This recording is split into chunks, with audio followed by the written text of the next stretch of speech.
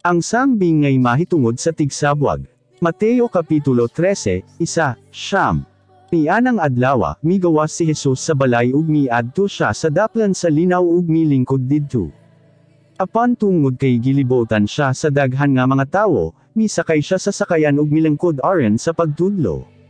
Ang mga tawo diha sa daplan sa linaw na minaw samtang nagtudlo siya. Daghan ang iyang gitadlo kanila pinaagi sa mga sambing ngay. Mingon siya. May asa ka mag-oo mga nagsabwag og binhi. Nasabwag ang uban nga binhi sa daplan sa dalon, ug gitoka kini sa mga langgam. Ang aban didto nasabwag sa kabatuan.